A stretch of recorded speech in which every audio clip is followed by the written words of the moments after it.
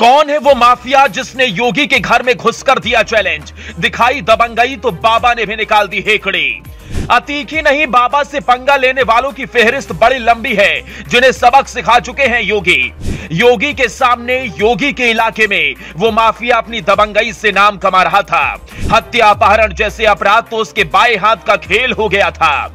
उसकी गैंग का पूरे गोरखपुर में सिक्का चलता था। लेकिन योगी गोरक्षनाथ मंदिर से एक एक हरकत पर उसकी नजर रखते, और तभी भगवान के सामने योगी ने खाई थी सौगंध, इस माफिया का गोरखपुर से कर देंगे सफाया। ना ही वो मुख्तार, ना ही वो अतीक था, तो फिर वो कौन है जिसने बाबा से डायरेक्ट उनके इलाके में घुसकर पंगा लिया, जिस पर सबसे पहले शुरू हुआ योगी का बुलडोजर एक्शन? वो नाम है हरिशंकर तिवारी। पूर्वांचल के बड़े माफियाओं के लिस्ट में हरिशंकर तिवारी का नाम रहा। एक समय गोरखपुर की गलियों में खौफ का दूसरा नाम था। उस वक्त योगी गोरक्षनाथ मंदिर के महंत के तौर पर दिन रात भगवान की सेवा में जुटे रहते, लेकिन रह रहकर हरिशंकर तिवारी की अपराध की खबरें उन तक पहुंच ही जाती।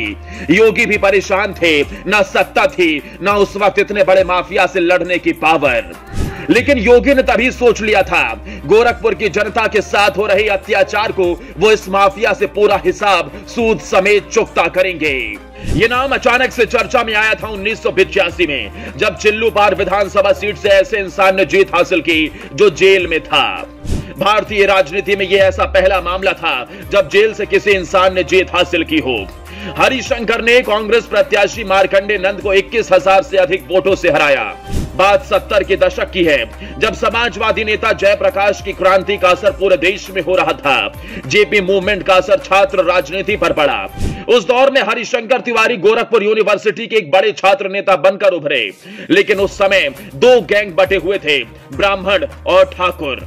दोनों ही गैंग अपनी बादशाहत को कायम रखने के लिए आए दिन भिड़ जाते थे। इन गुटों के मुखिया थे हरिशंकर तिवारी और बलवंत सिंह। दोनों का मकसद गोरखपुर में दबंगई को कायम रखना और सरकारी ठेकेदारी पर कब्जा करना था। धीरे धीरे हरिशंकर तिवारी की दबंगई बढ़ने के साथ रेलवे और शराब के ठेके के कारोबार में दबदबा बढ़ने लगा। 1975 में माइक से ऐलान होता था कि 12 बजे दोपहर से शाम 4 बजे तक कोई घर से नहीं निकले, क्योंकि गोलियां चलेंगी। उस दौरान सड़क सूनी रहती। प्रशासन भी 4 बजे के बाद ही घटना स्थल पर पहुंचता था। हरिशंकर तिवारी और बलवंत सिंह का गुट पैसा कमाने के लिए रेलवे स्क्रैप के ठेकों में पहुंच गया। यहां दोनों ने बढ़िया पैसा कमाया और हथियार खरीदे। दोनों गुटों के बीच कई बार गोरखपुर के बीच शहर में भिड़ंत हुई, गोलियां चली, निर्दोष लोग मारे गए। अब दबदबे के साथ साथ हत्या के लिए साजिश रचने, किडनैपिंग, रंगदारी वसूलने समेत 26 से ज्यादा केस दर्ज हुए। लेकिन हरिशंकर तिवारी की सत्ता में भी ऊपर तक पकड़ थी। हर पार्टी से अच्छी बनती रही। 1996 से जिसकी भी सरकार बनी सभी में मंत्री रहे, लेकिन 2007 से उनकी सियासत खत्म होने लगी। बसपा के टिकट पर चुनाव लड़ रहे पूर्व पत्रकार और शमशान बाबा के नाम से मशहूर राजेश त्रिपाठी ने हरिशंकर तिवारी को 6,933 वोटों से हराया। 2012 में वो फिर से चुनाव में उतरे। यहां फिर से बाजी राजेश त्रिपाठी ने मारी। हरिशंकर तिवारी चौथे स्थान पर पहुंच गए। इसके बाद ही उन्होंने तय कर लिया कि अब वो चुनाव में नहीं उतरेंगे। लेकिन योगी आदित्यनाथ ने जिस दिन मुख्यमंत्री पद की शपथ ली, उसी के कुछ दिन बाद से ही असर दिखने लगा। शपथ ग्रहण के कुछ दिन बाद ही पूर्व कैबिनेट मंत्री हरिशंकर तिवारी के घर पर छापेमारी हुई।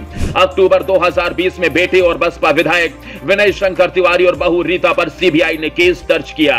बेटे पर बैंक फ्रॉड करने का मामला दर्ज हुआ और कई जगह छापेमारी हुई, और एक बड़े माफिया की कहानी का खात्मा योगी आदित्यनाथ ने कर दिया।